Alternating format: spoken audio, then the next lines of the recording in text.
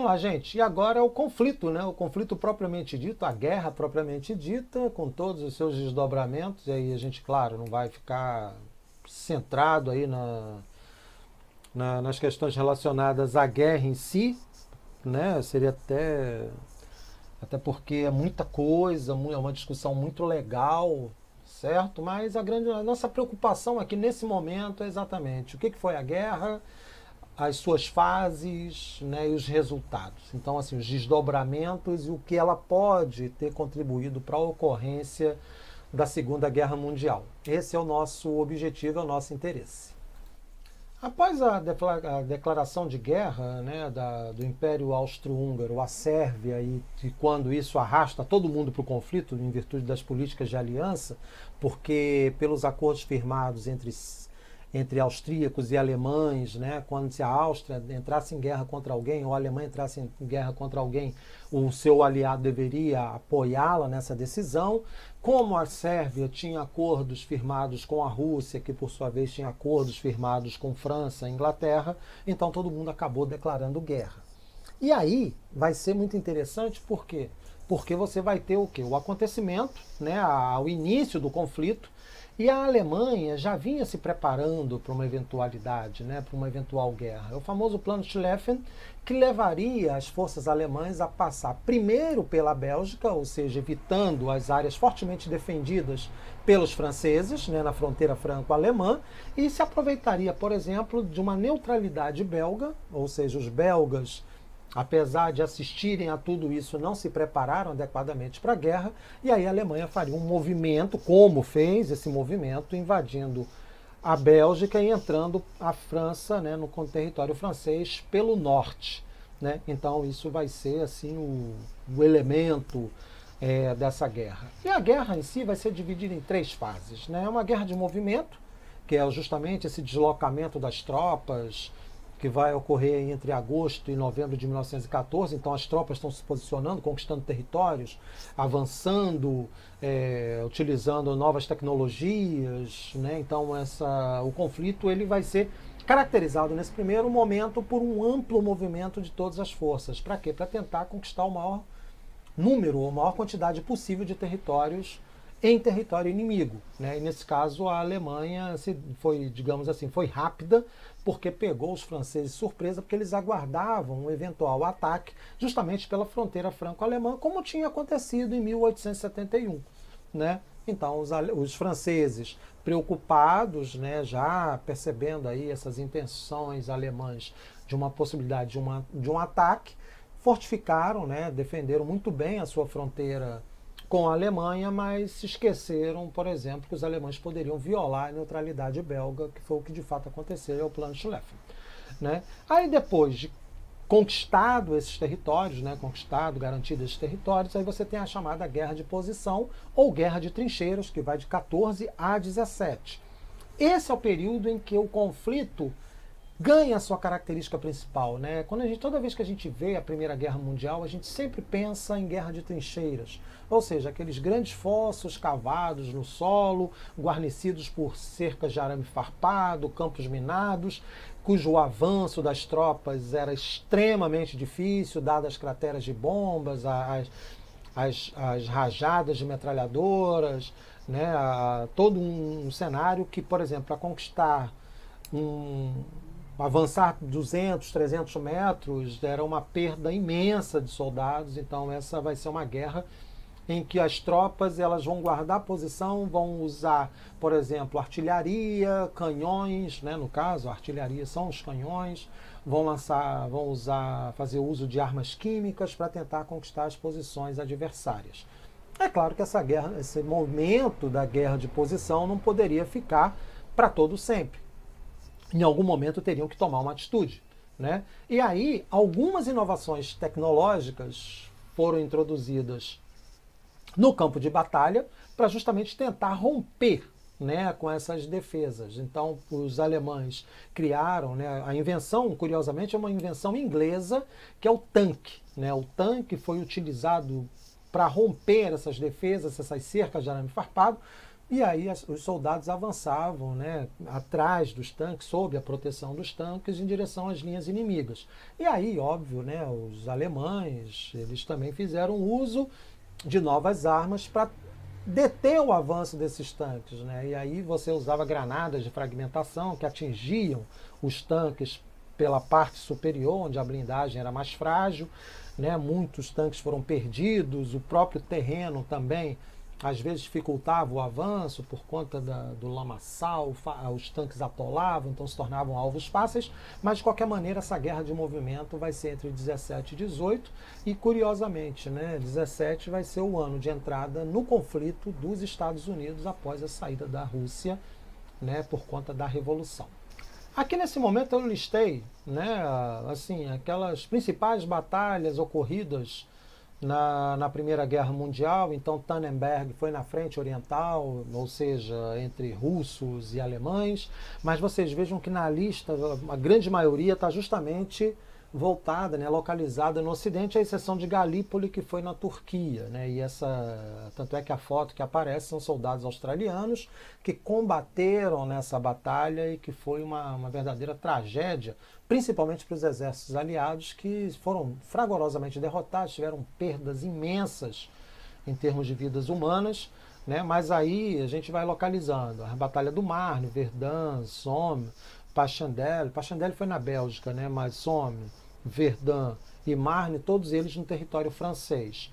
A Batalha da Jutlândia vai ser ali na costa da Dinamarca, vai ser considerada a principal batalha naval da Primeira Guerra Mundial. Alguns colocam que muito provavelmente tenha sido a maior batalha entre navios da história das guerras, né? Porque aí você tem um enfrentamento entre couraçados. Couraçado é um navio, como o próprio nome diz, que possui uma enorme blindagem, um poder de fogo monstruoso, né? E esses navios da Marinha Alemã, da Marinha Alemã e da Marinha Inglesa se enfrentaram nessa batalha e o resultado foi, digamos assim, uma vitória inglesa. E é curioso porque a partir desse momento, como a Alemanha não poderia enfrentar os ingleses de forma direta, ou seja, navio contra navio, os alemães passaram a investir naquilo que seria a mais terrível das armas, ou uma das mais terríveis armas criadas durante a Primeira Guerra Mundial, que é o submarino, porque os recursos técnicos e tecnológicos da época não permitiam, por exemplo, que os navios aliados pudessem detectar a aproximação dos submarinos, e aí os submarinos alemães começaram a fazer um estrago danado nas marinhas aliadas, inclusive afundando embarcações americanas, estadunidenses, e esse foi considerado também, né, junto com a saída dos russos da guerra, foi considerado um dos motivos para a entrada dos Estados Unidos no conflito. Certo, gente? Para quem tem interesse, acho legal até aquele filme 1917, né, que trata sobre a guerra, mas também tem outros filmes bem interessantes que vão trazer detalhes, algumas histórias pessoais dessas batalhas da Primeira Guerra Mundial. E aqui a gente encerra a nossa conversa, né, mostrando o fim da guerra e seus resultados. Então, seguindo aí essa sequência, o que é interessante? Primeira coisa, né, a Rússia, ela vivia uma situação de convulsão política. A gente vai estudar isso, obviamente, em profundidade quando formos estudar a Revolução Russa. Mas, assim, em termos de apresentação, a Rússia vivia uma situação de instabilidade, né? Nós tivemos uma revolução em fevereiro, mas essa revolução de fevereiro, os seus líderes decidem pela manutenção do país no conflito. Quem vai decidir pela saída da Rússia da Primeira Guerra Mundial, por conta das perdas e até por conta também do slogan, vai ser o líder bolchevique Lenin, né, que assina um acordo de paz de Brest-Litovsk com os alemães, entregando territórios, né? Então a Rússia sai da guerra e os alemães estão livres para deslocar suas tropas em direção ao Ocidente. Óbvio que isso vai causar terror nos aliados e diante, né, junto a essa situação da saída da Rússia da guerra e o afundamento de navios, os Estados Unidos então resolveram colocar o seu grande parque industrial e sua força militar ao lado dos aliados, em favor dos aliados, né? Então isso vai garantir exatamente uma mudança nos rumos dessa guerra. Por isso que a gente entra nessa questão dos avanços aliados, né? Ou seja, a guerra tinha que sair do impasse. E é muito interessante isso. Por quê? Porque esse avanço aliado também foi possível por um crescente esgotamento dos recursos alemães para a guerra. A economia alemã já estava pressionada, né? E com a entrada dos Estados Unidos na guerra, os comandantes alemães perceberam, cara, militarmente não tem como vencer a guerra, certo? E aí isso vai culminar em novembro de 1918 com a rendição alemã. E o interessante é que a rendição alemã acontece sem nenhum soldado aliado em território alemão. Né? Um cenário muito diferente, por exemplo, daquele do final da Segunda Guerra Mundial. Então a Alemanha vai se render, né? Vai propor aí um armistício, ou seja, uma ação destinada a acabar com a guerra, né? E terminar a guerra, e aí vamos agora desenhar essa Europa, ou seja, o que vai acontecer com a Europa nesse cenário. Obviamente que uma das formas, né, a Primeira Guerra foi tão terrível que imaginou-se a possibilidade assim, olha, tanto é que os contemporâneos da guerra chamavam a Primeira Guerra Mundial, esse nome ainda não existia, de a Grande Guerra, a guerra destinada a acabar com todas as guerras. E para evitar desdobramentos, né, houve aí a assinatura do Tratado de Versalhes, em 1919, né, no Palácio de Versalhes, na França. Mas acontece que o Tratado de Versalhes, que tinha tudo para ser um acordo de paz, acaba virando uma certidão de nascimento para a Segunda Guerra Mundial. E por que isso? Porque os franceses, indignados, né, revoltados, chateados, tudo que você possa imaginar de sentimento ruim, os franceses sentiam em relação aos alemães por conta da derrota na Guerra Franco-Prussiana. Então, como os alemães perderam a guerra, os franceses entenderam que aquele momento seria o ideal para se vingar dos alemães. E assim, né, a despeito das advertências inglesas, os franceses transformaram o Tratado de Versalhes num verdadeiro instrumento de vingança. Então, por exemplo, tudo bem, a devolução do território da Alsácia-Lorena aos franceses era justo, porque o território era francês antes da Guerra Franco-Prussiana.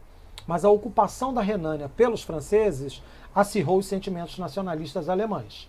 Aí a Alemanha foi considerada culpada pela guerra e obrigada a pagar quantias imensas de indenização aos aliados. Isso vai enfraquecer a economia alemã, vai gerar inflação e vai alimentar os extremismos políticos, tanto da esquerda quanto a direita. Né? A direita, já sabemos, é o nazismo.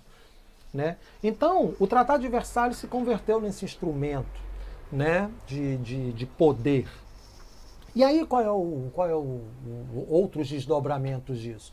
Nós teremos o desmembramento dos antigos impérios, né? Então a Rússia vai perder os estados bálticos, Lituânia, Estônia, Letônia, Estônia. O Império Alemão vai perder territórios, vai surgir, por exemplo, a Polônia. O Império Austro-Húngaro vai se esfacelar, então vai ter a criação da Tchecoslováquia, da Áustria, que é o núcleo desse império, da Hungria, que vai se tornar um estado independente, né? A única divergência, a única mudança, né, no sentido contrário, vai ser a criação da Iugoslávia, que vai abarcar todos aqueles territórios, né, que existiam anteriormente, Bósnia e Herzegovina, Croácia, Sérvia, Montenegro, Macedônia, certo? Então, esse vai ser o novo mapa da Europa. E para tentar equilibrar essas relações entre os países, né, vai ser pensada a criação de um instrumento, né, de um ambiente para, digamos, arbitrar disputas internacionais, que vai ser a Liga das Nações. O problema é que a Liga das Nações ela já vai nascer enfraquecida. Por quê? Porque com o fim da guerra, os Estados Unidos voltam à sua política isolacionista, então não pretendem mais se envolver em nenhum tipo de conflito, né, e muito menos em problemas europeus. Outras potências também, a Rússia não faz parte, a Inglaterra é que vai ser a grande fiadora dessa Liga das Nações, mas de qualquer maneira, sem a presença de alguns países importantes dentro desse cenário, a Liga das Nações não teria condições, por exemplo, de evitar, né, o caminhar para outros conflitos, certo?